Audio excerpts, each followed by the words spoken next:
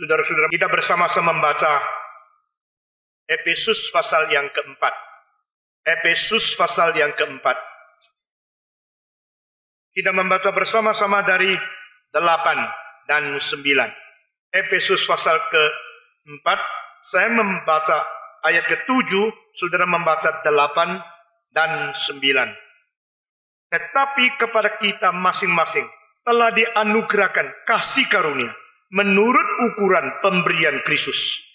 Ayat 8, itulah sebabnya, kata Nas, tatkala ia naik ke tempat tinggi, ia membawa tawanan-tawanan, ia memberikan pemberian-pemberian kepada manusia. Bukankah ia telah naik? Berarti bahwa ia juga telah turun ke bagian bumi yang paling bawah. Ia yang telah turun, ia juga yang telah naik jauh lebih tinggi daripada semua langit untuk memenuhi segala sesuatu. Semua membaca ayat ke-10. Ia yang telah turun, ia juga yang telah naik jauh lebih tinggi daripada semua langit untuk memenuhkan segala sesuatu. Pembacaan kitab suci sampai di sini. Kiranya Tuhan memberkati setiap orang yang merenungkan firman-Nya. Saudara-saudara, bagian yang baru kita baca 2 ayat ini merupakan satu bagian mengenai kristologi yang penuh dengan misteri atau penuh dengan rahasia. Namun demikian kita melihat di dalam kedua 3 ayat yang baru kita baca ini memberitahu kepada kita sesuatu contoh rohani yang sungguh-sungguh. Saya tidak akan hanya memperdebatkan tentang nas dengan segala intisari yang tercantum di dalamnya, tapi kita juga akan melihat prinsip total daripada pengajaran-pengajaran yang kita boleh terima. Saudara-saudara, Yesus Kristus naik ke tempat yang maha tinggi. Yesus Kristus diberikan nama melampaui segala nama, melampaui segala penguasa, melampaui segala pemerintah. Ini merupakan kehormatan, kemuliaan yang alangkah besarnya, yang tertinggi. Saudara-saudara, dan setiap kali kita melihat orang naik pangkat, naik kemuliaan, naik kehormatan, naik akan sesuatu status yang lebih tinggi, kita ingin sekali, kita merasakan itu hal yang baik sekali. Tapi saudara-saudara, di belakang segala sesuatu kehormatan, kemuliaan yang diterima oleh orang lain, ada rohani-rohani yang perlu kita belajar. Jikalau kita tidak, kita hanya menjadi orang yang ingin, menjadi orang yang mau, menjadi orang yang iri, tapi kita tidak pernah melibatkan diri di dalam prinsip total daripada hidup dan rahasia kemenangan hidup. Saudara-saudara, di sini dikatakan, bukankah dia yang naik ke tempat yang tinggi, berarti dia pernah turun. Nah, ini menjadi satu warning, menjadi satu teaching, menjadi satu hint yang besar bagi kemajuan setiap orang. Saudara-saudara, bedanya setan dengan Kristus justru terletak di dalam arah yang terbalik. Saudara-saudara sekalian, ada orang mengatakan Allah menciptakan 2 logos. Yang sukses jadi Yesus, yang gagal menjadi setan. Ini ajaran salah sama sekali. Karena Yesus bukan dicipta. Nah, mengenai doktrin kita bereskan dulu. Yesus Kristus adalah oknum kedua atau pribadi kedua dari Allah Tritunggal. Dengan Bapa dan Roh Kudus, Anak adalah sama-sama 3 pribadi di dalam kesatuan, yaitu zat ilahi, substansi ilahi yang hanya esa adanya. Allah yang Maha Esa, Allah Tritunggal, Allah Tritunggal, Allah yang Maha Esa, Allah Tritunggal, Allah Bapa, Allah Anak, Allah Roh Kudus adalah Allah satu-satunya yang Tritunggal, Allah yang tidak ada bandingnya, Allah dari kekal sampai kekal ada pada diri sendiri. Itu sebab Yesus bukan dicipta, tetapi dia justru adalah pencipta, dan dia juga menjadi perantara ciptaan Allah terhadap segala sesuatu. Allah mencipta segala sesuatu melalui Kristus sebagai perantara. Itu artinya. Nah, saudara-saudara, dengan demikian teori mengatakan Allah menciptakan 2 logos, yang sukses adalah Yesus, yang gagal adalah setan. Itu tidak benar. Nah, saudara-saudara, Allah sendiri yang menciptakan segala sesuatu, baik dunia rohani maupun dunia jasmani, baik dunia yang tidak kelihatan maupun dunia yang kelihatan. Ini tercantum di dalam kredo Nisia bagian depan jelas luar biasa.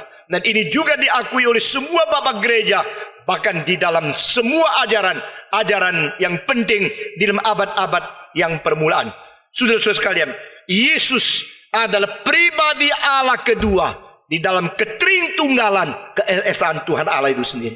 Maka dia bukan dicipta, tetapi setan adalah dicipta, dan akhirnya karena ambisi yang begitu bersalah, dia dicampurkan oleh Allah, dicampakkan menjadi sesuatu roh yang jatuh dan menunggu hukuman yang kekal. Nah saudara-saudara, perbedaan antara Kristus yang turun ke dalam dunia dan setan yang berada dan mengganggu di dalam dunia ini adalah arah daripada mereka. Saudara-saudara, setan yang tidak setara dengan Tuhan Allah justru ingin naik dulu, akhirnya Tuhan menurunkan dia. Kristus yang setara dengan Allah justru ingin turun dulu, akhirnya dinaikkan oleh Tuhan Allah. Saudara-saudara, alangkah baiknya jikalau kita tidak perlu turun langsung naik, tetapi tidak mungkin. Alangkah baiknya jikalau kita tidak pernah susah langsung enak, tetapi tidak mungkin. Alangkah baiknya kita tidak perlu studi mati-matian langsung penuh pengetahuan di otak. Itu tidak mungkin. Alangkah baiknya kita tidak perlu berjuang, berperang, tapi mengalami kemenangan. Itu tidak mungkin. Nah saudara-saudara, di sini dua macam sikap hidup manusia. Yang satu maunya langsung enak, cepat naik. Pakai cara apa saja, tidak peduli. Etis, tidak etis. Moral, tidak moral. Itu tinggal belakang. Pentingnya saya bisa kaya, pentingnya saya bisa naik pangkat, penting saya bisa mendapatkan kedudukan yang tinggi. Itu yang menghancurkan kerohanian manusia. Saudara-saudara, ini semua prinsip-prinsip Alkitab. Kalau kita tidak hati-hati, kita akan merusak sendiri dan merusak orang lain. Terlebih-lebih anak-anak orang kaya terlalu cepat diangkat, terlalu cepat diberikan kedudukan yang tinggi. Besok tua hancur total. Saudara-saudara sekalian, setan dan Kristus berbeda. Pertama, Kristus adalah memang tertinggi. Dia bukan dicipta, dia adalah Allah. Setan bukan tertinggi, dia dicipta, meskipun dia mempunyai kuasa yang besar. Tetapi bedanya adalah Kristus taat kepada Bapa, meskipun sebagai anak Allah. Dia menjadi contoh etika, contoh moral bagi semua manusia sepanjang sejarah, dari generasi kepada generasi. Contoh di mana seharusnya sifat kemanusiaan itu memerlukan latihan, memerlukan kerendahan, memerlukan pergumulan, memerlukan peperangan, memerlukan sesuatu pergumulan sebagai proses dari kesempurnaan dicipta menjadi kesempurnaan yang digenapi. Dari kesempurnaan potensial menjadi kesempurnaan yang sudah sempurna melalui proses ujian. Saudara-saudara sekalian, di dalam hal ini tidak ada jalan lain. Bahkan Allah sendiri tidak menunjukkan jalan lain. Waktu Allah menciptakan Adam, taruh dia di dalam Taman Eden. Waktu Allah menciptakan Adam, membiarkan dia melalui ujian, diberikan pohon terlarang yang membedakan baik dan jahat, supaya dia diuji. Saudara-saudara, biar setan mendekati dia, biar godaan datang. Tidak ada terkecuali, tidak ada exemption, tidak ada hak istimewa. Demikian pada waktu Yesus Kristus datang ke dalam dunia, sama. Dia melalui berantara, dia melalui kesulitan, dia melalui berpuasa 40 hari, dia melalui dicobai oleh setan, dia melalui gangguan-gangguan, dia ditolak oleh manusia yang sesuku, sebangsa dengan dia. Dia dikelilingi dengan seorang-orang yang berminat yang jahat untuk menjatuhkan dia. Sama, Tuhan Allah tidak pakai jalan yang lain. Baik Adam pertama maupun Adam kedua, baik manusia yang dicipta maupun manusia yang adalah Allah jelma ke dalam dunia, prinsipnya sama. Saya kira ini penting sekali, saudara-saudara. Kadang-kadang kita tidak mengerti, kita memanjakan anak, kita memanjakan cucu, kita memanjakan akan orang-orang pegawai yang baru, kita memanjakan orang-orang yang berbakat. Saya mau menyerahkan diri menjadi hamba Tuhan, langsung dimanja, akhirnya rusak sama sekali. dan tidak mungkin mencapai fungsi optimal, fungsi semaksimal, karena dari permulaan sudah melanggar akan prinsip-prinsip Alkitab. Saudara-saudara, raja-raja, anaknya pun kalau tidak lulus harus digugurkan. Raja-raja, anaknya dikirim ke sekolah yang tinggi, harus menempuh proses belajar yang kuat. Tidak bisa karena ini adalah keluargaku, nepotisme. Ini adalah familiku, ini adalah orang sendiri. Diberi istimewa, di bypass dengan segala kesulitan. Itu tidak ada. Saudara-saudara, bedanya setan dengan Kristus adalah Kristus menjadi contoh rela turun, rela merendahkan diri, rela sengsara, rela menderita, rela diuji, rela mengalami kesulitan-kesulitan. Setan tidak. Saya mau duduk di tempat yang paling tinggi. Kenapa dia bisa, saya tidak bisa? Saya mau sama seperti Tuhan Allah. Saudara-saudara, Allah yang tertinggi di dalam perkiraan hatinya, semua dalil, semua prinsip berdasarkan kebenaran yang mutlak ada pada dia. Dan dia mengetahui ini tidak beres. Jadi waktu setan, yaitu malaikat, penghulu malaikat yang begitu berkarunia dan berbakat, diciptakan demikian mulia dan potensi, sudah mempunyai ambisi liar yang melebihi daripada sesuatu penetapan Tuhan Allah diketahui oleh Tuhan Allah. Saudara-saudara, bayangkan di tengah-tengah semua malaikat, suara memuji kecil-kecil, tapi suara dia lebih besar dari yang lain. Pada waktu mereka itu semua bersyukur di surga, mengelilingi tata Tuhan. Tapi satu ini, yang satu, bakatnya, IQ-nya paling tinggi. Mungkin di dalam dada dia ada pipe organ, saudara-saudara. Kalau dia nyanyi, seluruh surga itu gentar. Semua nolek siapa yang nyanyi ya? Oh, penghulu malaikat ini. Luar biasa instrumen di dalam tubuhnya. Luar biasa tali suaranya. Luar biasa bakatnya. Dia punya bakat musik, bakat ini, bakat itu. Kalau demikian, nah, dia mempunyai hak istimewa bukan? Tapi saudara-saudara sekalian, semua potensi tidak dianggap hak istimewa. Dengar kalimat-kalimat ini. Karena potensi itu berarti harus mempunyai obligasi. Potensi berarti harus menghadapi sesuatu penghakiman yang setimpal dengan karunia yang diterima. Ini prinsip Alkitab. Yang diberi banyak, dituntut banyak. Yang diberi sedikit, dituntut sedikit. Itulah keadilan Allah yang melampaui filosof-filosof seluruh sejarah memikirkan tentang keadilan itu apa. Tidak mungkin sama rata. Uang tidak mungkin sama rata. Kesehatan tidak mungkin sama rata. Ya, IQ tidak mungkin sama rata. Itu pengertian kesadaran rohani tidak mungkin sama rata. Karunia tidak mungkin sama rata. Kedudukan, pendidikan, keluarga, latar belakang tidak mungkin sama rata. Ada orang dilahirkan di Amerika, demikian mau cari buku, perpustakaan sudah puluhan ribu, bahkan ratusan ribu. Ada perpustakaan yang lebih daripada 100 juta buku di Amerika. Tetapi ada yang dilahirkan di tempat kelabit, tempat murut, atau tempat Irian Jaya, di seluruh kota tidak bisa mendapatkan satu buku. Mana ada rata? Tidak ada rata. Manusia dilahirkan tidak rata. We are born unequally. We are created unequally to some extent.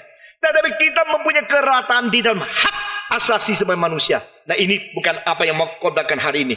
Waktu kita melihat kuantitas karunia atau potensi-potensi yang diberikan memang tidak sama, lalu bagaimana kita berkata kepada Allah? Kita bersungut-sungut kepada dia, kita memarahi Tuhan. Kenapa engkau memberikan dia banyak, memberikan saya sedikit? Tuhan bilang, mau apa kamu? Ini kedaulatan saya. Kalau saya pemberi anugerah, saya pemilik segala sesuatu, tidak berhak mengatur apa kebilikanku, maka saya bukan Allah. Namun, kenapa engkau memberikan saya sedikit, memberikan dia banyak? Dibalikkan. Kalau engkau diberi banyak, engkau mengatakan kalimat yang sama. Adakah orang diberi banyak lalu marah-marah sama Tuhan? Kenapa engkau beri saya banyak, kasih dia sedikit? Tidak kan? Jadi yang tak adil bukan Tuhan, yang tak adil kamu.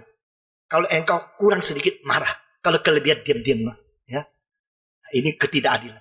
Kita kalau untung banyak, diam-diam cuma ngomong sama nyonya, banyak untungnya. Kalau rugi sedikit, advertensi surat kabar, saya rugi. Seluruh dunia tahu. Kalau kita diberikan banyak, kita tidak marah-marah sama Tuhan. Itu seperti seharusnya. Seharusnya saya banyak. Tapi kita diberi sedikit langsung marah-marah sama Tuhan. Tuhan tahu kebobrokan sifat kita. Tuhan tahu kita yang menyebut adil itu. Kalau saya lebih dari orang lain itu namanya adil.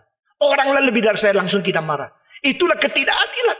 Ketidakadilan tidak bisa diukur dari berkuantitas perbedaan antara satu dengan lain. Ketidakadilan diukur kalau memang diberi banyak tidak dituntut banyak, itu ketidakadilan. Kalau diberi sedikit dituntut banyak, itu tidak adil. Kalau diberi banyak dituntut sedikit, itu tidak adil. Maka biar kita mempunyai keterbukaan pikiran untuk sesuai dengan rencana Tuhan Allah. Saudara-saudara sekalian, Alkitab mengatakan memang tidak sama. Pemberian karunia tidak sama. Dan malaikat, penghulu malaikat yang mempunyai potensi jauh lebih besar dari malaikat-malaikat yang lain. Justru pada waktu itu dia bukan saja tidak bersyukur, dia tetap tidak puas. Nah saudara-saudara, orang yang diberi banyak masih tidak puas, itu namanya binatang liar. Orang yang diberi sedikit tetap puas dan betul-betul mengerjakan, itu namanya sudah mirip malaikat. Saudara-saudara, dunia ini ada dua macam orang. Ada semacam orang yang penuh dengan syukur. Kalau engkau baik sama dia, dia ingat. Sedikit saja baik sama dia, dia ingat seumur hidup. Itu orang-orang rohani, saudara-saudara. Kalau orang sudah mendapatkan kesempatan baik, dapat uang cukup, dapat segala sesuatu, tapi tak pernah puas-puas, bagi saya dia seperti binatang. Biarlah anggota gereja Reform Injili, bukan hanya dengar khotbah. Biar kita menjadi seorang yang betul-betul suka bersyukur kepada Tuhan. Meskipun dia kesulitan. Meskipun di dalam segala penghinaan, di dalam ketidakcukupan, tetap berkata kepada Tuhan. Saudara-saudara, tanya istri saya. Selama 27 tahun saya pernah mengatakan, saya terlalu susah, saya terlalu capek, saya terlalu miskin. Tidak pernah. Saudara-saudara, tidak seharusnya keluar dari mulut kita. Karena mulut kita dicipta untuk menjadi alat yang suci, memuji dan mengkuduskan Tuhan. Dikuduskanlah namamu oleh semua bangsa. Dan kalau anak-anak Tuhan, orang Kristen sendiri tidak memuliakan Tuhan, karena kalau kita tidak rasa puas, mulut kita akan ngomel. Tapi kalau mulut yang tidak pernah ngomel, membuktikan hatinya selalu puas. Dikasih banyak puji Tuhan, dikasih sedikit puji Tuhan. Yang diberi puji Tuhan, waktu diambil puji Tuhan. Dengan keadaan demikian jiwa kita stabil luar biasa. Nah saudara melihat, waktu penghulu malaikat diberi selimpah-limpahnya, dengan potensi setinggi-tingginya, dia puas enggak? Tidak. Kenapa saya cuma menjadi penghulu malaikat? Kenapa saya bukan menjadi Allah? Nah saudara-saudara, jadi dia berambisi melampaui kualitas yang ada di dalam statusnya. Di kualitas statusnya adalah dicipta, tapi dia mau menjadi pencipta. Tidak mungkin. Yang dicipta itu dicipta, yang mencipta itu mencipta. Perempuan itu perempuan, jangan mau jadi laki. Laki itu laki, jangan mau jadi perempuan. Karena yang dicipta ada kodratnya. Dan di situ kalau engkau puas dengan apa yang dicipta oleh Tuhan, engkau mendapatkan sesuatu kepuasan dan sesuatu keindahan di dalam jiwamu. Saudara-saudara sekalian, kita tidak bisa iri sama orang lain. Saya tidak pernah mengiri perempuan. Karena apa? Karena dia perempuan. Buat apa saya iri? Karena lebih rendah? Tidak. Karena dia bisa melahirkan anak laki-laki. Saya melahirkan perempuan tidak bisa. Betul nggak? Saudara-saudara, dia adalah manusia yang dicipta dengan demikian mulia, mempunyai fungsi tersendiri yang laki-laki tidak bisa ganti, laki-laki tidak bisa kerjakan. Nah kalau saya dicipta sebagai yang dicipta, dan saya tidak puas dengan status dicipta, mau menjadi pencipta, itu namanya gilanya sudah mutlak. Saudara-saudara, setan mengapa menjadi setan? Karena setan lupa kodrat Allah. Setan lupa status yang ditetapkan oleh Allah di dalam identitas dia sendiri. Maka penghulu malaikat mau menjadi Tuhan Allah. Allah mengatakan, oh karena bakat besar, karena karunia besar, karena potensi besar, sekarang engkau tidak puas, mau jadi Allah. Oke, sekarang saya menurunkan engkau menjadi setan. Akhirnya dari malaikat menjadi setan itu namanya turun. Tetapi statusnya sama, dicipta. Malaikat dicipta, setan juga adalah ciptaan Tuhan. Malaikat jatuh menjadi setan, statusnya tetap adalah sesuatu yang dicipta oleh Allah, tetapi sudah tidak memiliki kemuliaan asli.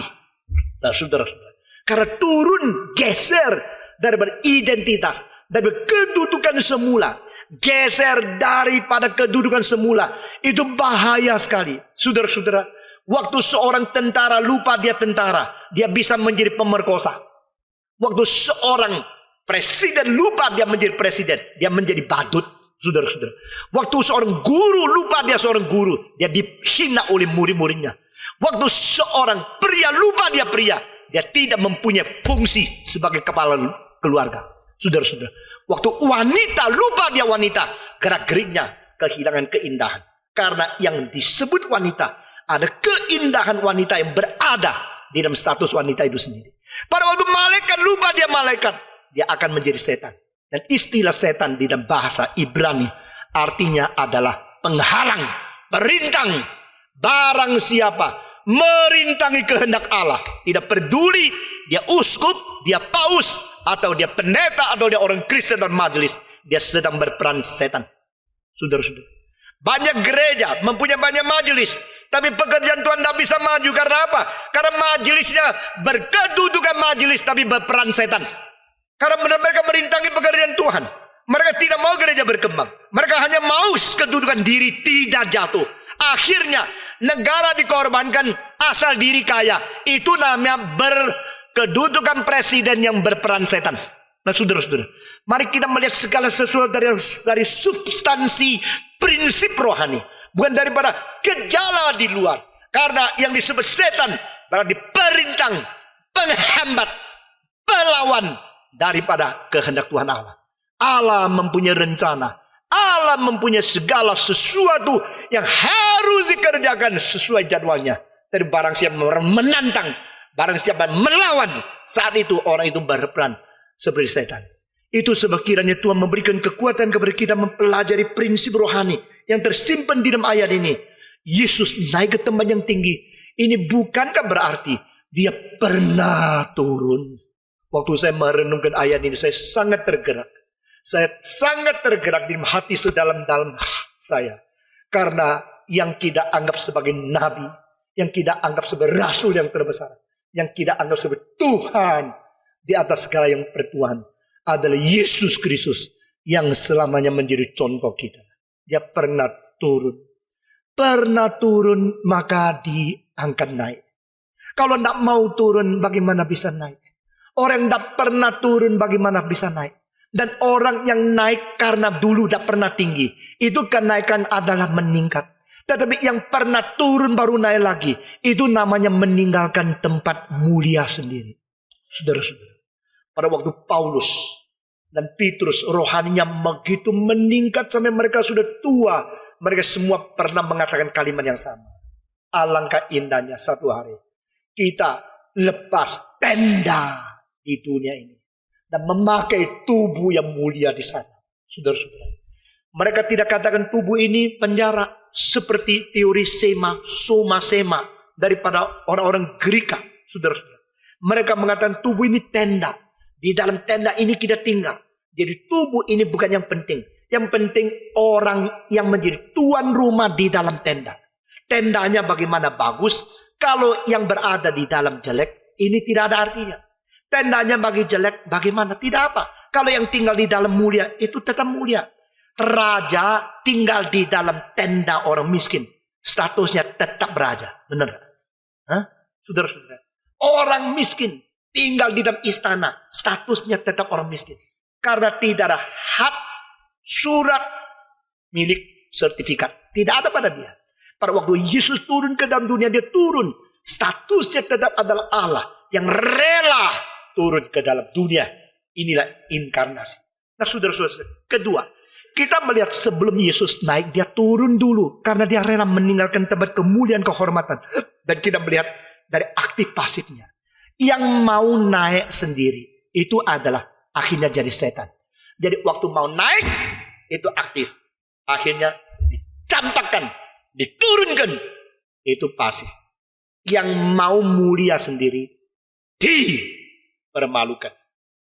Yang mau merasa diri perlu turun, yang mau turun sendiri, inisiatif.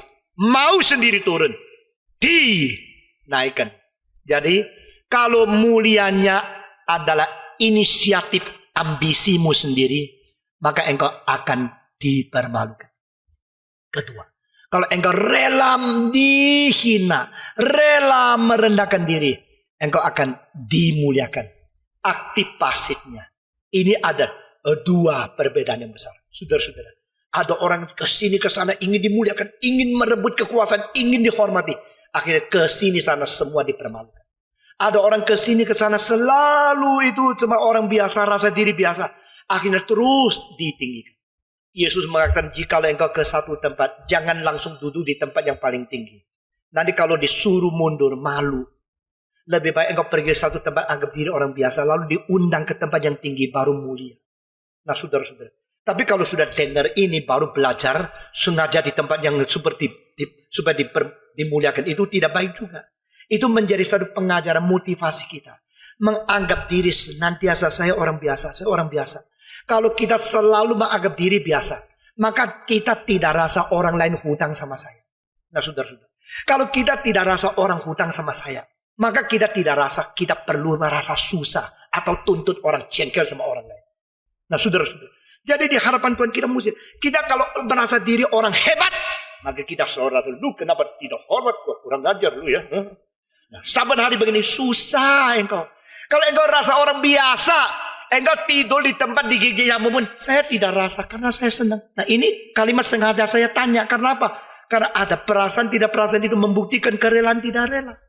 Nah saudara, di hadapan Tuhan Allah tidak ada gengsi-gengsian. Di hadapan Tuhan tidak ada cukong-cukongan. Tidak, di hadapan Tuhan tidak ada orang superior, ada orang tidak. Yesus itu rela turun. Karena Yesus rela turun, maka Yesus diangkat oleh Tuhan. Diangkat oleh manusia, apa gunanya? Orang yang tertinggi dunia mengangkat engkau. Kalau waktu Tuhan sampai turun, ya itu turun. Tapi engkau yang mau rendah hati mirip Yesus Kristus, diangkat oleh Tuhan di tempat yang tinggi. Satu kali angkat, tidak ada yang bisa turunkan lagi. Karena tidak ada yang lebih tinggi dari Tuhan yang paling tinggi. Ya kan? Nah ini rahasia. Jadi always humble yourself. Selalu merendahkan diri. Selalu menganggap diri orang biasa. Dan rela belajar seperti Kristus. Lalu yang angkat kalau Tuhan, maka tidak ada yang bisa ganggu. Saya paling takut kalau besok ketemu dengan Tuhan yang mengatakan, Stephen Tong, kau hamba yang jahat. Dan hamba yang tidak setia. Serta hamba yang bodoh. Kalau tiga istilah ini sudah keluar dari mulut Yesus, tidak ada lagi kemungkinan naik banding. Sudah. Nasib sudah ditetapkan udah selama-lamanya. Saya menjadi sengaja panjang karena memang lama sekali. Saudara-saudara. Tapi satu hari kalau Tuhan mengatakan, Stephen Tong, engkau hamba setia dan baik dan berbijaksana. Tiga istilah keluar dari mulut dia. Semua air mata, beban, kecapean, kelesuhan, segala penghinaan di dunia. Apa sih? Semua hilang. Satu kalimat dari mulut Tuhan. Selama-lamanya di surga semua. Oh ini loh, hamba yang setia, yang baik, yang berbijaksana. Orang Kristus. Ketiga, dulu dan belakang. Setan mau enak dulu, akhirnya susah belakang. Kristus mau susah dulu, enak belakang. Semua 1, 2, 3. Susah dulu, enak belakang. Jadi ini 3 prinsip pertama. Inisiatif mau tinggi, akhirnya diturunkan. Kalau mau bertinggi, harus duluan turun. Dan yang tinggikan adalah Tuhan, bukan manusia. Prinsip ketiga, susah dulu, enak belakang. Sekali lagi, susah dulu, enak belakang. Nah nyonya saya ini peka sekali sama istilah. Mungkin mamanya dari dulu ngajar dia, susah dulu, enak belakang. Susah dulu, enak belakang. Jadi dia selalu bilang sama anaknya, susah dulu, enak. 1 minggu kira-kira 2-3 kali. Saya dengar mulut dia. Sianku holo. Sianku holo. Jadi kalau dia setir mobil, taruh pantatnya adret dulu. Besok mau keluar gampang. Saya selalu lupa masuk dulu, gampang. Keluarnya susah. Nah saudara-saudara. Susah dulu, enak belakangan. Semua. Susah dulu, enak belakangan. Nah ini prinsip dari ayat ini. Yang Yesus ditinggikan, bukankah berarti dia sudah pernah turun? Oh, ini inspirasi luar biasa. Kalau naik, bukan nggak berani turun. Orang nggak mau turun, mau naik. Nggak mau rajin, mau enak. Nggak mau sekolah, mau pinter. Nggak mau bikin paper, mau titel. Itu kurang ajar, saudara-saudara. Itu namanya orang nggak ngerti cara Tuhan bagaimana inkarnasi. Orang nggak mau turun, maunya naik. Nggak mau dipermalukan, mau mulia. Nggak mau hina, mau hormat. Nggak benar. Kita bisa menerima sehina-hinanya. Kita bisa mengalami sebahaya-bahayanya. Kita bisa menerima seremeh-remehnya. Akhirnya, semulia-mulianya diberikan kepada kita. Waktu engkau mengatakan, memang saya tidak layak. Tuhan bilang, tidak apa-apa. Yang melayakkan kamu itu saya. Nah, saudara-saudara. Kalau yang melayakkan itu Tuhan, terima saja. Kalau yang melayakkan orang, jangan sombong. Itu tidak ada gunanya. Di dalam peristiwa Daud dan hidupnya riwayatnya, saya tergerak dengan beberapa hal yang kecil-kecil. Waktu Samuel datang kepada rumah Yese, lalu dia mengatakan, panggil semua anakmu. Nah ini orang ini, anaknya dipanggil 7 datang. Sudah panggil semua. Lalu satu Samuel lihat, bukan. Dia lagi, bukan. Wah itu matanya tajam ya. Samuel itu tua, dia tahu siapa yang mau dipilih Allah untuk menjadi raja. Ini dia akan timbangkan. Bukan. Sudah semua 7. Masih ada anak tidak? Masa papanya itu lupa anaknya berapa? Anak disuruh semua datang. Tidak ada. Ini semua bukan. Tapi Samuel kepekaan hubungan dengan Tuhan. Dia tahu ini tidak beres. Bukan di sini. Yang mau Tuhan pilih menjadi raja. Justru bukan yang gede, yang perkasa, yang bakatnya, yang tubuhnya sehat. Yang seperti Mike Tyson. Tidak. Masih ada anak. Oh masih ada satu bocah cilik. Di ladang menggembalakan domba. Masa sih anak saya semua ini tak laku. Cuma yang cilik yang laku. Coba panggil dia. Waktu dipanggil pulang. Begitu lihat. Maka Saul mengatakan. Ini. Yang paling kecil ini. Yang dipilih Tuhan. Menjadi raja Israel. Yang berkenan di dalam hati Tuhan. Saudara-saudara. Papanya tercengang. Dan saudara apa yang dilakukan oleh Yesus. Anak ini. Daud. Kamu mengatakan aku tidak layak. Di antara rumahku aku paling kecil. Aku tidak layak. Tuhan mengatakan, aku yang memilih engkau. Aku yang melayakkan engkau. Sudah dengar itu? Tahu bilang apa? Kalau gini, jangan cuma saya. Anak keturunan cucu saya semua ya. Jangan lupa Tuhan. Jadi ini baru bilang tidak layak. Langsung mau semuanya. Heran ya. Jadi berarti dia mengetahui kalau ini dari Tuhan, pegang saja. Kalau bukan dari Tuhan, jangan. Semua harta yang bukan dari Tuhan, apa gunanya kita terima? Kita terima yang bukan dari Tuhan, akhirnya hancur, menjadi dosa, menjadi kesulitan. Tapi kalau memang dari Tuhan, kita terima. Nah saudara-saudara, dan berani terima. Yang mengatakan Tuhan, bukan saudara saya. Biarlah anak, cucu, keturunan saya berada di atas takhta raja. Tuhan karena janjimu kekal adanya. Saudara-saudara, kita tidak layak. Tapi kalau Tuhan memberikan, biar kita pegang janji.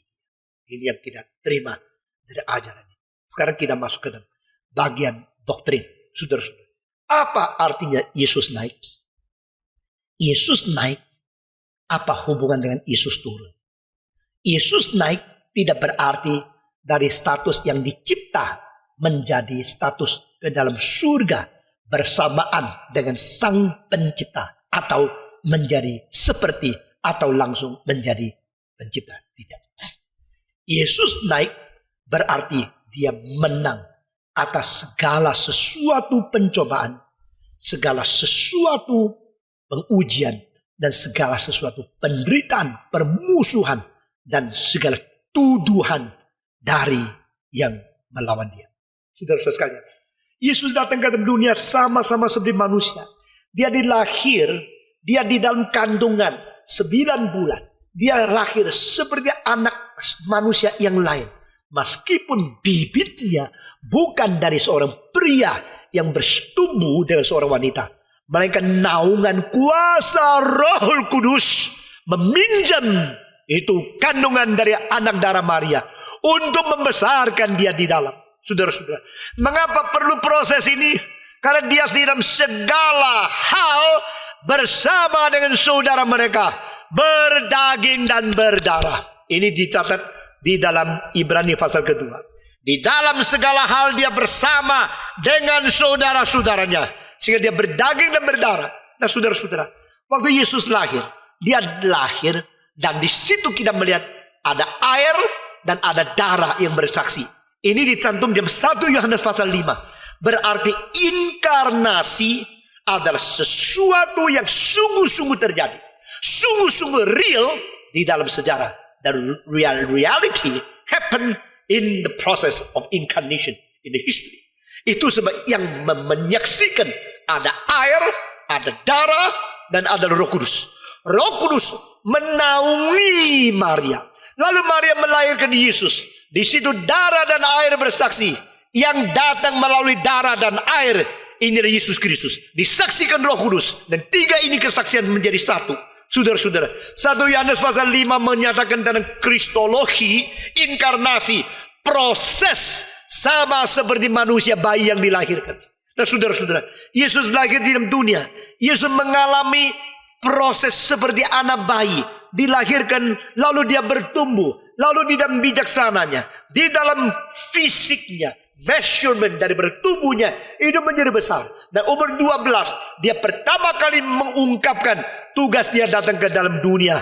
Bahwa aku harus senantiasa berada di dalam rumah Bapakku. Saudara-saudara, dia turun dulu. Istilah dia naik adalah karena dia pernah turun. Allah turun menjadi manusia. Turun menjadi manusia. Ini dari tempat hormat menuju kepada tempat yang hina di atas bumi ini. Dan ini tempat yang dia cipta dengan kuasa dia sendiri sebagai Allah. Saudara-saudara, lalu dia datang mengunjungi bumi sendiri. Nah saudara, teologi kita mau lihat Yesus turun. Apa artinya turun? Nah saudara-saudara, di sini dikatakan turun kepada tempat yang paling bawah di dalam bumi. Ini apakah artinya? Benarkah Yesus turun ke dalam tempat paling bawah di bumi? Tidak, saudara-saudara. Kalau tempat paling bawah di bumi dimengerti sebagai bumi fisik ini, maka di dalam situ kira-kira panas suhunya itu adalah mungkin lebih daripada 6.000 derajat Celcius atau lebih. Saudara-saudara, kalau demikian Yesus turun ke tempat yang paling bawah, apa artinya? Nah, orang dulu mengatakan neraka di bawah bumi ini. Orang dulu mengatakan bahwa disitulah tempat itu semua roh yang tidak percaya kepada Tuhan itu dibakar dan sebagainya. Sebenarnya ini semua adalah mencampur baurkan dunia fisika yang natur dan dunia rohani yang lain dengan dunia fisika ini. Nah saudara-saudara sekalian, Yesus turun ke tempat yang paling bawah. Ini artinya ada pengertian atau penjelasan beberapa teologi yang berbeda. Pertama, dari orang Katolik. Orang Katolik menjelaskan ayat ini dengan arti begini. Yesus turun ke neraka bagian orang yang diselamatkan di perjanjian baru. Perjanjian lama. Jadi di perjanjian lama orang baik pergi ke neraka. Orang jahat juga pergi ke neraka. Tapi dua bagian itu berbeda. Jadi yang disebut bagian yang lebih baik, orang baik, itu adalah tempat di mana mereka menunggu, di mana janji Tuhan mengirim juru selamat. Dan mereka sama-sama di bawah tanah. Di bawah tanah, di bawah yang bawah sekali. Dan di situ yang disebut adalah tempat pangkuan Ibrahim. Di mana orang-orang yang baik berada di sana. Lalu orang-orang jahat berada di tempat yang lain. Ada selangnya. Nah ini pengertian diambil daripada apa yang kita terima di dalam Lukas 16. Yaitu Yesus mengatakan ada seorang pengemis yang minta-minta, namanya siapa? Lazarus. Lalu seorang kaya yang dimintai oleh orang miskin ini. Tapi setelah mati, yang kaya masuk ke dalam neraka, yang miskin ini berada di pangkuan Ibrahim. Nah saudara-saudara, konsep perjanjian lama, semua orang mati pergi ke akhirat dan tidak tahu akhirat itu keadaan bagaimana. Karena wahyu progresif tidak mendetail di perjanjian lama. Apakah sebenarnya keadaan, kondisi di dalam tempat orang mati pergi. Nah saudara-saudara, di dalam perjanjian lama kita melihat ada istilah-istilah yang mengatakan bahwa aku akan pergi ke tempat. Di situ orang tidak bisa memuji engkau. Orang tidak bisa berbicara. Dan seolah-olah pasif dan hidupnya itu terselubung dengan keadaan yang sudah tidak mempunyai pengertian kesadaran atau ke fungsi-fungsi untuk memuji secara agama dan sebagainya. Ini perjanjian lama. Nah saudara-saudara. Dan Yakub pada waktu dia tua pun dia mengatakan, apakah dengan rambut yang putih dan dengan jenggot yang panjang aku menuju ke berakhirat, tempat orang mati di situ. Jadi kita tidak tahu itu tempat apa. Dan pada waktu di dalam Mazmur 16 muncul satu istilah yang mengatakan, kamu tidak akan membiarkan orang sucimu tetap tinggal di dalam akhirat. Dan tubuhnya pun tidak akan mengalami kerusakan. No suffering the mortality. That it will not leave your saints in hell. Jadi engkau tidak membiarkan orang sucimu di dalam akhirat. Dan engkau tidak membiarkan tubuh mereka mengalami kerusakan. Tubuh dia mengalami kerusakan. Ini adalah satu ayat khusus menyatakan Kristus setelah mati tidak akan ditahan di dalam dunia akhirat. Kristus setelah mati, tubuh dia tidak akan mengalami kerusakan.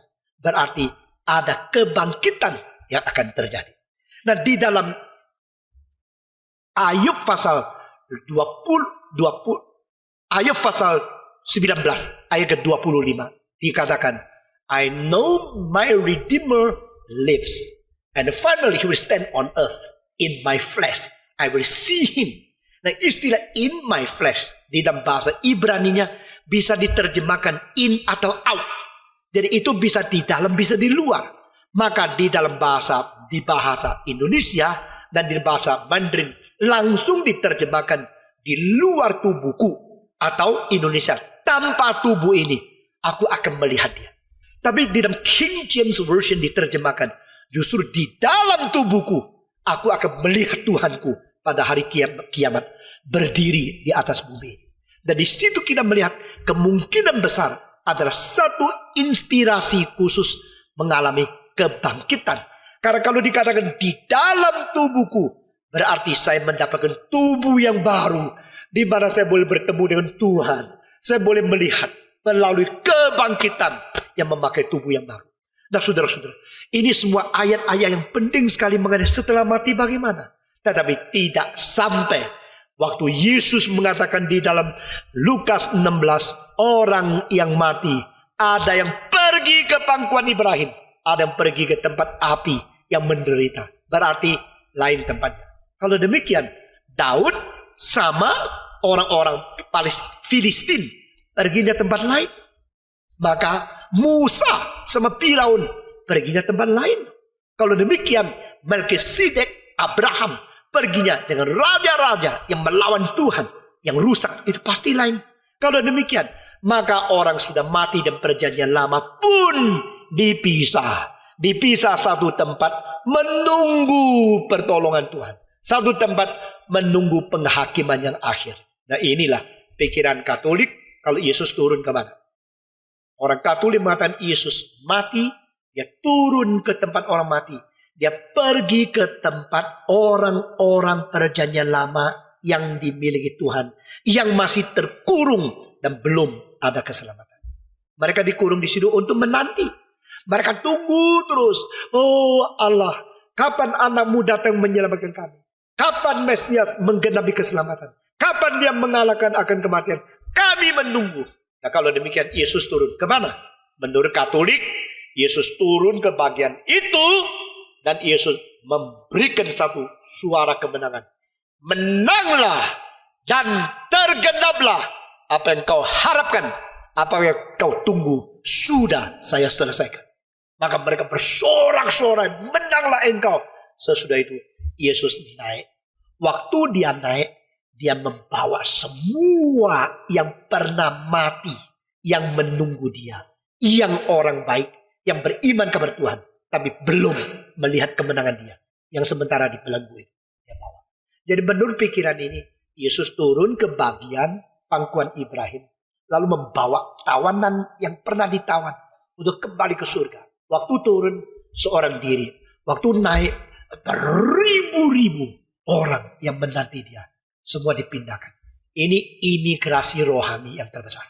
Nah saudara-saudara, imigrasi jasmani yang terbesar, Musa mengeluarkan 2 juta orang Israel keluar dari Mesir, lalu pergi ke tempat perjanjian yang dijanjikan oleh Tuhan, tetapi tidak tahu di mana. harus melalui peperangan. Karena susah dulu, baik enak belakangan. Perang dulu, baru ada kemenangan. Janji sudah ada, tapi harus direbut melalui keberanian. Bukan menerima seenaknya saja. Nah saudara-saudara, itu imigrasi terbesar secara sejarah di dalam fisik. Secara imigrasi rohania menurut orang Katolik adalah demikian. Bagaimana dengan Protestan?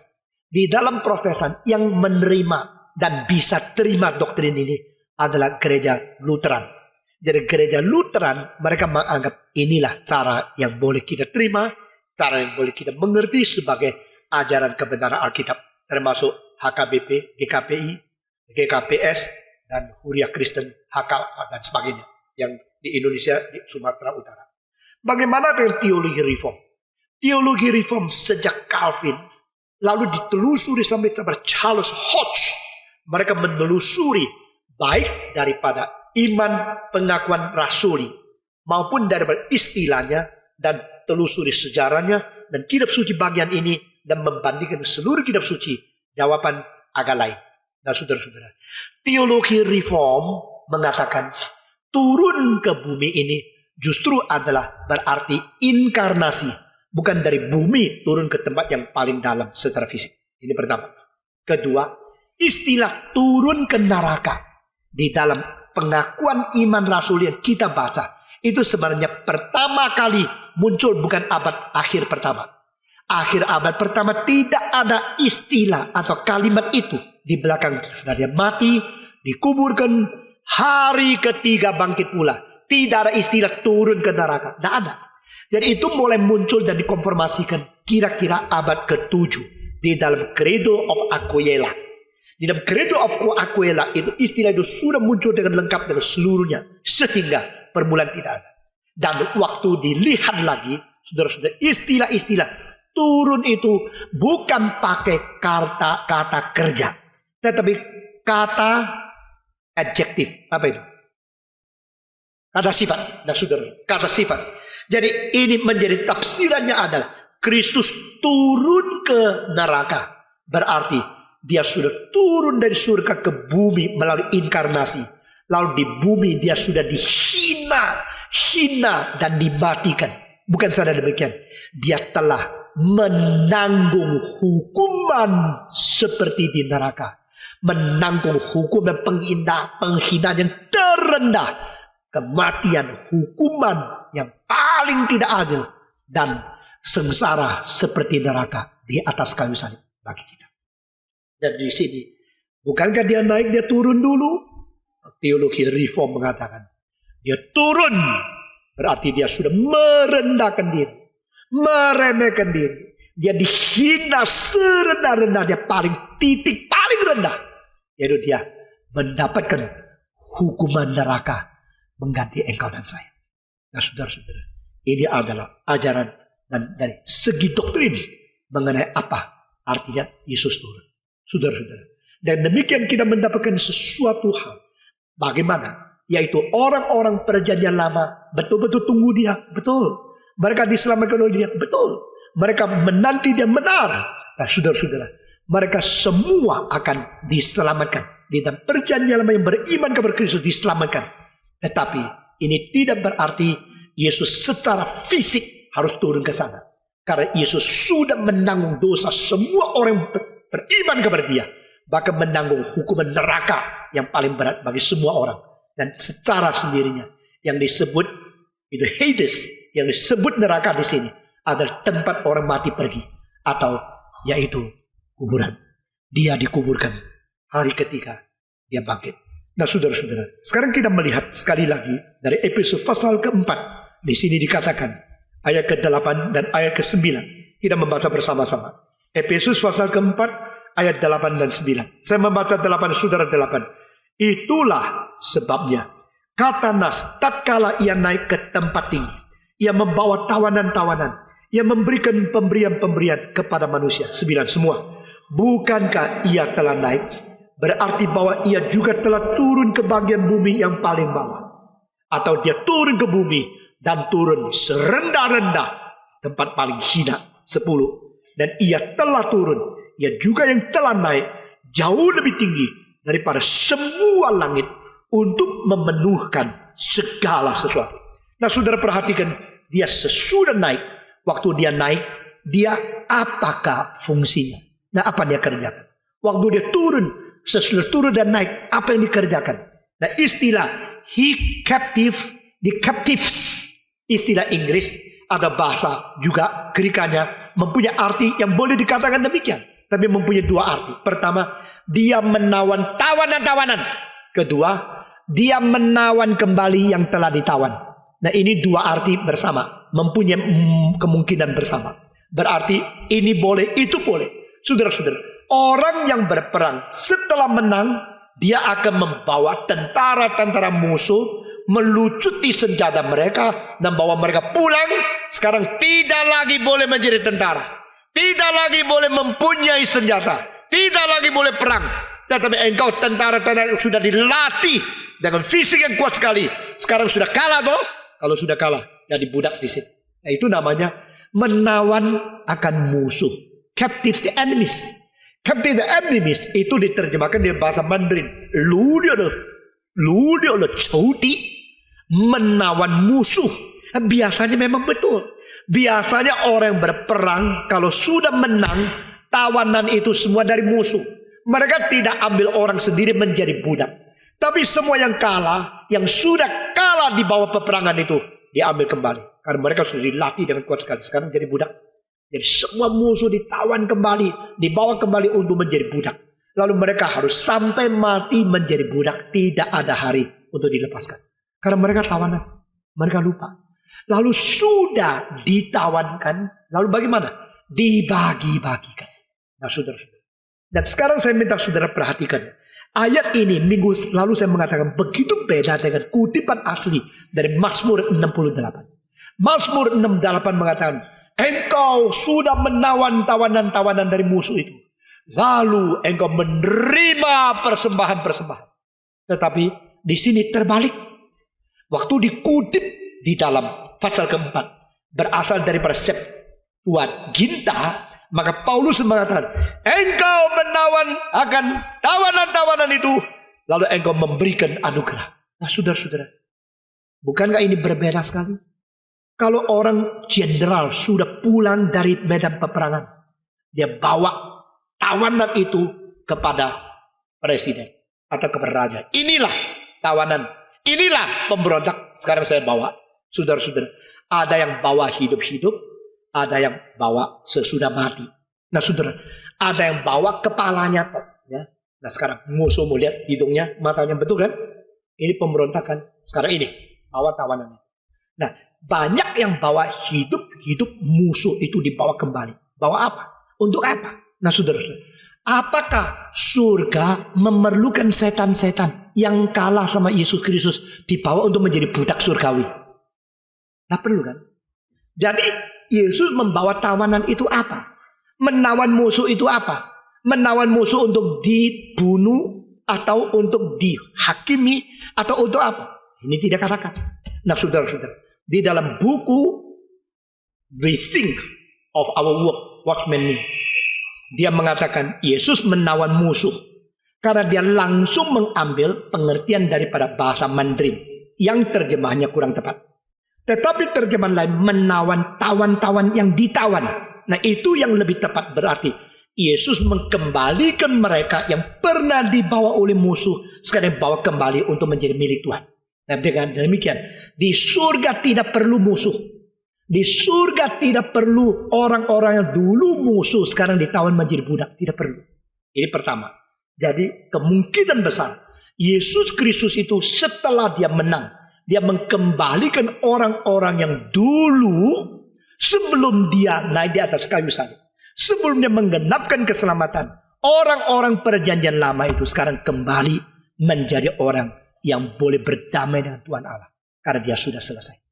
Nah, dengan demikian Yesus menebus dosa-dosa orang perjanjian lama. Dan ini dibuktikan di dalam Ibrani pasal ke-9 ayat ke-15. Mari kita membaca bersama-sama. Ibrani pasal 9 ayat ke-15. Bagian ini adalah bagian doktrin yang perlu kita mengetahui dengan agak tuntas. Ibrani pasal 9 ayat ke-15. Karena itu ia adalah pengantara dari suatu perjanjian yang baru, supaya mereka yang telah terpanggil dapat menerima bagian kekal yang dijanjikan. Semua membaca kata selanjutnya. Sebab ia telah mati untuk menebus pelanggaran-pelanggaran yang telah dilakukan selama perjanjian yang pertama. Dan ini satu-satunya ayat. Jesus died to redeem the Old Testament sinners. Jadi orang-orang berdosa di dalam perjanjian lama serta pelanggaran-pelanggaran mereka mendapatkan penebusan melalui kematian Kristus di atas kayu salib. Sehingga Yesus bisa menebus orang perjanjian baru sekaligus menebus orang perjanjian lama. Ini satu-satunya ayat. Dan dengan demikian orang-orang di dalam perjanjian lama yang belum sempat melihat Kristus sudah mengalahkan dosa dan mengenapi keselamatan, mereka menanti, mereka ditebus. Ini tidak berarti Yesus harus sendiri turun ke situ, tapi kuasa Kristus dan keselamatan dia mencapai hasil yang besar ini. Sekarang kedua, kita akan memikirkan bagaimana dengan sesuatu konflik di antara Mazmur 6:8 dan Efesus pasal yang keempat. Mazmur 8 mengatakan, after captive the captives, and he received all the offerings. Dan dia mendapatkan persembahan-persembahan daripada orang-orang yang sudah dikalahkan oleh dia, atau persembahan-persembahan daripada hadiah-hadiah yang disediakan bagi dia. Tetapi Efesus 4 mengatakan dia setelah menawan kembali mereka, lalu dia membagikan karunia-karunia kepada orang-orang. Take atau give. Saudara-saudara, sekarang dengar baik-baik. Seorang jenderal yang sudah menang di dalam medan peperangan, setelah dia pulang, maka di depan ada sambutan yang meriah dengan trompet-trompet. Karena jenderal ini sudah menang. Mari kita semua berdiri. Mari kita menyambut dia. Lalu trompet. Lalu drum itu memukul. Lalu dia masuk. Waktu dia masuk, dari raja itu memberikan hadiah kepada dia. Nah, ini namanya menerima offering. Menerima persembahan. Memberi sesuatu yang disembahkan kepada dia. Lalu dari rakyat-rakyat, dari desa-desa yang bawa begitu banyak hal, menghargai dia. Karena engkau telah menolong negara, membela negara kita, nusa dan bangsa sekarang sempurna. Maka mereka memberikan persembahan kepada dia. Ini pertama. Tetapi saudara-saudara, sebenarnya jangan lupa, jenderal yang menang itu sekaligus sudah menerima. Dia tidak ambil semua sendiri. Dia bagi. Dia langsung bagi kepada bawahannya yang ada jasanya. Jadi jenderal memberikan kepada kolonel, kepada lieutenant, kepada letkol, orang-orang bawah ikut berjasa, diberikan bagi-bagian. Nah, saudara, maka tidak perlu mempertentangkan kedua ayat ini. Meskipun daripada Mazmur mengatakan menerima, di sini mengatakan memberi. Kedua hal ini sebenarnya tidak bertentangan. Karena Kristus menerima pahala dan puji-pujian dari segala orang. Baik perjanjian lama maupun perjanjian baru. Orang-orang di akhirat memuji dan bersyukur karena melihat Kristus sudah menang. Gereja berterima kasih karena Kristus sudah menang. Tetapi, saudara-saudara, malaikat yang bersyukur karena Kristus sudah menang, itu tidak cukup. Allah juga memberikan kepada dia hak, yaitu nama di atas segala nama. Nama di atas segala penguasa. Nama di atas segala pemerintah. Kristus mempunyai kehormatan yang tertinggi. Pada waktu Kristus mempunyai kehormatan yang tertinggi, lalu bagaimana saudara-saudara? Pada waktu itu dia akan menjadikan musuh semua di bawah dia. Dia penguasa dan dia duduk di sebelah kanan. Dan di Alkitab duduk di sebelah kanan. Pernah saya berkali-kali katakan, sekarang saya katakan 3 arti yang sekaligus di dalam. Pertama, menyatakan tempat menang. Kedua, tempat penguasa. Ketiga, tempat diterima kembali baik oleh Raja. Maka Allah Bapa berkata kepada Yesus, you had gone down, now you had been raised up. You ascend to the highest place. more than all names, all governments, and all powers. This world and the world to come. Yesus mempunyai kuasa lebih daripada siapapun, baik dunia ini maupun dunia akan datang. Now sit beside my right hand. Duduk di sebelah kananku. Inilah tempat aku menerima engkau. Inilah tempat kemenanganmu. Nah, ini tempat engkau menguasai segala sesuatu. Dan Yesus sekarang menjadi raja di atas segala sesuatu. Tidak cukup, saudara-saudara. Raja di atas segala sesuatu melalui gereja. Dengar baik-baik. Gereja akan dinyatakan pada satu hari di atas semua pemerintah. Tapi bukan sekarang. Pada satu hari kelak, gereja akan melampaui semua pemerintah. Sekarang gereja hanya menjadi nabi. Mungkin disiksa, mungkin dianiaya. Tapi gereja tetap mempunyai peranan nabi, itu mengatakan kalimat-kalimat untuk mengkoreksi pemerintah. Gereja harus menegakkan keadilan. Gereja harus membongkar ketidakbenaran. Gereja harus berani mengatakan dengan suara pemerintah yang salah mana. Kita minta pemerintah itu harus memperhatikan, memperbaiki banyak hal sesuai dengan kehendak Tuhan. Tapi gereja secara kuasa organisasi tidak melampaui semua pemerintah. Sekarang kita berada di bawah semua pemerintah. Bahkan dianiaya, dihina. Tetapi status rohani gereja lebih tinggi dari segala sesuatu. Itu yang disebut di dalam pasal 1. Melalui gereja Allah menjadikan Kristus penghulu di atas segala sesuatu. Dan Kolose pasal 1 ayat 13. Christ, which had been resurrected from death, should be preeminent above all. Dia harus diutamakan di atas segala sesuatu melalui gereja. Saudara-saudara, puji Tuhan. Dan di sini kita sekarang mendapatkan satu kesatuan antara konflik yang tidak perlu, yang tadi saya katakan. Saudara-saudara, bukan kutipan salah, bukan penyelewengan, bukan konflik sengaja. Bahkan seorang komentator mengatakan kesalahan tidak sadar oleh Paulus, lalu dilawan oleh John Stott. Tidak benar. Sebenarnya ini adalah satu keharmonisan. Seorang jenderal yang menang menerima hadiah dari raja, menerima persembahan daripada orang-orang bawahan, tetapi dia tidak terima sendiri. Setelah dia menerima itu, dia bagikan kepada mereka yang berjasa. Dan dia juga membagi-bagikan kepada mereka yang perlu. Kalau dia menawan tawanan adalah budak-budak, langsung 50.000 tawanan. Yang kuat-kuat mungkin 10.000 untuk kampung halaman sendiri. Dari petani, supaya suburnya tanah itu bisa dibuktikan boleh mendapatkan panen yang besar. 10.000 lagi untuk istana, 10.000 lagi untuk siapa? Dia membagi-bagi. Berarti kuasa dia sudah dilaksanakan pada waktu kemenangan. Nah, sekarang terapkan kepada Kristus. Setelah Kristus mati dan bangkit, kuasanya apa? Setelah Yesus mati, dia turun sampai sedalam-dalamnya, serendah-rendahnya, menerima hukuman neraka mengganti engkau dan saya, sehina-hinanya. Lalu dia naik setinggi-tingginya, melampaui semua nama, semua pemerintah. Lalu bagaimana? Dia menerima pujian dari gereja? Iya. Dia menerima pujian dari Tuhan Allah? Iya. Dia menerima pahala yang banyak? Iya. Lalu Kristus membagikan apa? Dia membagikan karunia-karunia untuk dibutuhkan gereja. Minggu depan kita akan serius sekali memikirkan 5 karunia dari Kristus. Nah, saudara-saudara, hari ini sebentar saya akan tutup. Saya minta saudara perhatikan. Di dalam seluruh kitab suci yang disebut karis atau karismata, itu sumbernya bukan satu. Kalau kita hanya pendengar karunia dari Roh Kudus, kita akan tidak habis-habis terus, tidak karu-karuan, putar-putar di dalam kekacauan yang terjadi di gereja pertama di abad pertama Korintus yang tidak mengerti seluruhnya. Tetapi kalau kita mengerti di dalam Alkitab, Bapa memberikan karunia-karunia. Ini tercantum di dalam Roma pasal 12. Anak memberikan karunia, tercantum Efesus pasal 4.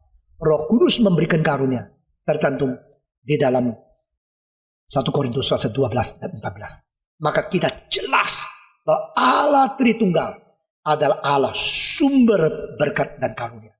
Khususnya Kristus sumber karunia jabatan gerejawi. Karunia jabatan gerejawi khusus dari Kristus. Karena dia ada kepala gereja. Christ is the head of the church.